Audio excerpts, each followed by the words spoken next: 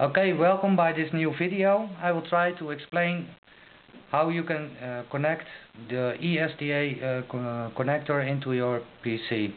Everything what you need is the ESTA connector, a computer screw and a screwdriver. You open your case from your PC.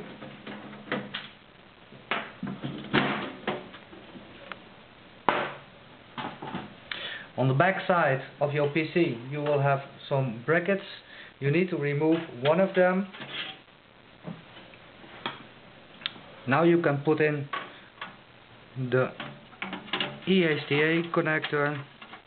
Just put it inside just the same way you did with removing the old one.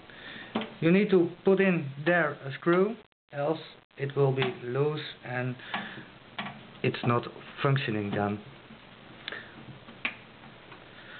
After that you can connect your cable into the ESTA port of your computer, just like this.